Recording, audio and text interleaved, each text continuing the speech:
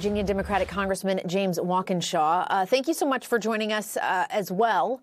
I want to pick up where we just left off with Andy McCabe there and get your reaction to this new reporting we're getting from the Times that we laid out at the beginning of the show.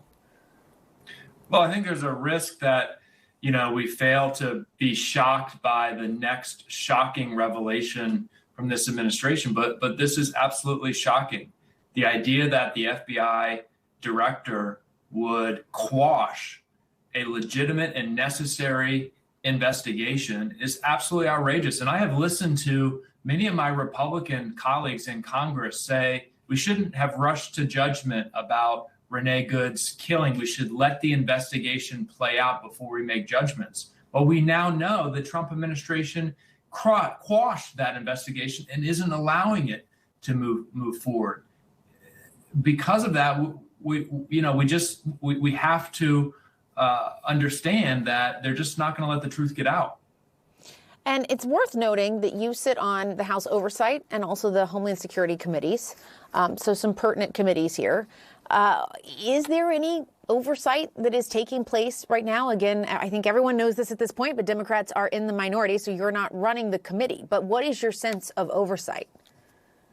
Well, it's important to note immediately after the killing of Renee Good, Democrats on the Homeland Security Committee called for a full and impartial investigation and for our committee to investigate the killing. The Republican chairman and Republicans have not allowed that to happen. We will have before our committee next week the heads of CBP, ICE, and USCIS, and they're going to have to answer questions about this very thing.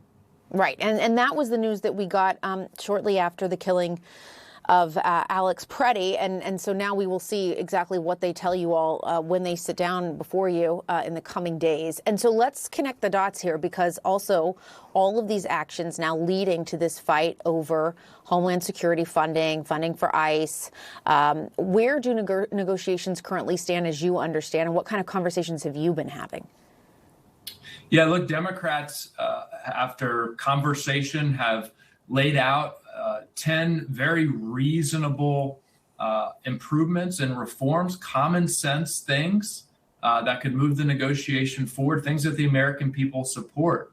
No masking, no secret police. The government should have a warrant before they can smash down your door while your wife and children are sleeping. We've laid those out. There hasn't been any tangible substantive response either from President Trump or from Republican leaders in Washington. So right now, the ball is in their court to respond to the very reasonable offer of the protections the American people need from DHS, ICE, CBP, and others. Yeah, and the last reporting, obviously, in the Senate, your colleagues across the Capitol there, that they were going to try to talk this out over the weekend and get to a place where they could even have and begin formal talks. So it does seem like we're a bit a ways away from any sort of resolution here.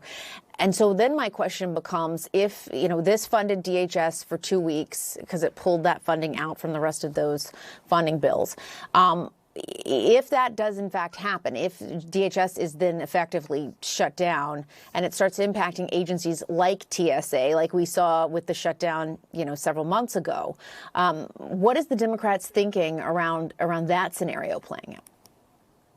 Well, if that scenario were to play out, I think what we would do is go to the American people and explain the reality that Republicans are so dead set on having masked secret police smashing down doors and breaking windows without warrants that they're willing to shut down the government over it.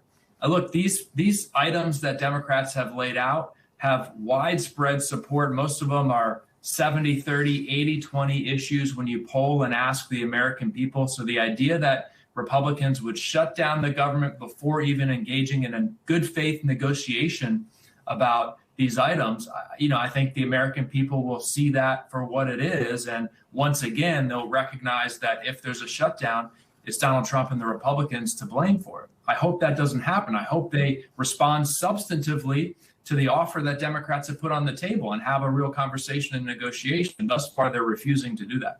All right, Congressman James Walkinshaw, thanks for your time. We appreciate it. Thank you.